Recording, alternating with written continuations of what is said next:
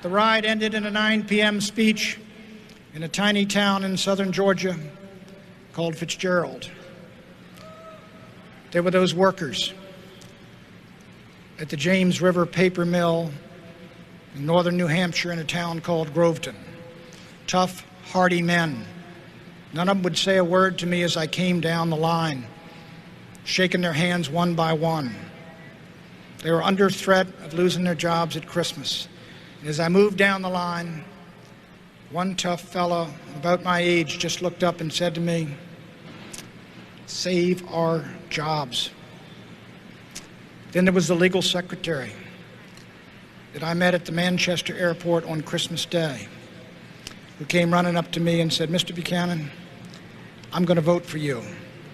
And then she broke down weeping, and she said, "I've lost my job, I don't have any money, and they're going to take away my little girl. What am I going to do?"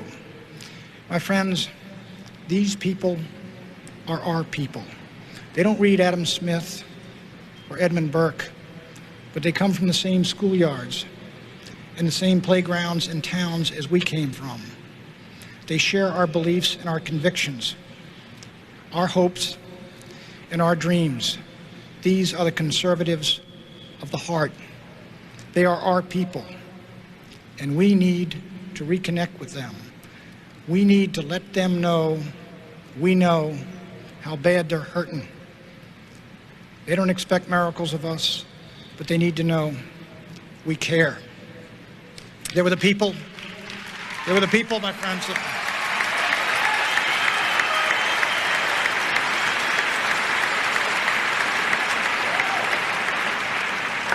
They were the people of Hayfork, a tiny town up in California's Trinity Alps, a town that is now under a sentence of death because a federal judge has set aside 9 million acres for the habitat of the spotted owl, forgetting about the habitat of the men and women who live and work in Hayfork. And there were the brave people, and there were the brave people of Koreatown, who took the worst of those LA riots, but still live the family values we treasure, and who still deeply believe in the American dream. Friends, in these wonderful 25 weeks of our campaign, the saddest days were the days of that riot in LA. Worst riot in American history. But out of that awful tragedy can come a message of hope. Hours after that riot ended, I went down to the Army compound in South Los Angeles, where I met the troopers of the 18th Cavalry who had come to save the city of Los Angeles. An officer of the 18th Cav said, "Mr. Buchanan, I want you to talk to a couple of our troopers." And I went over and I met these young fellas. They couldn't have been 20 years old. And they recounted their story. They had come in to Los Angeles late in the evening of the second day, and the rioting was still going on, and 2 of them walked up a dark street where the mob had burned and looted every single building on the block but one, a convalescent home for the aged. And the mob was headed in to ransack and loot the apartments of the terrified old men and women inside. The troopers came up the street, M16s at the ready, and the mob threatened and cursed.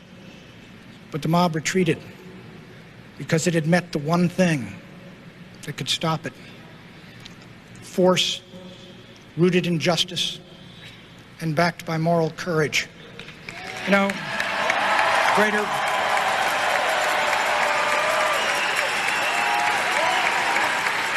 greater love than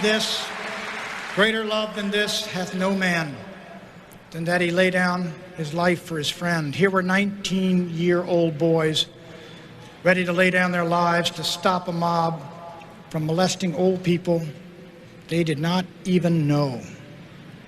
And as those boys took back the streets of Los Angeles, block by block, my friends, we must take back our cities and take back our culture and take back our country.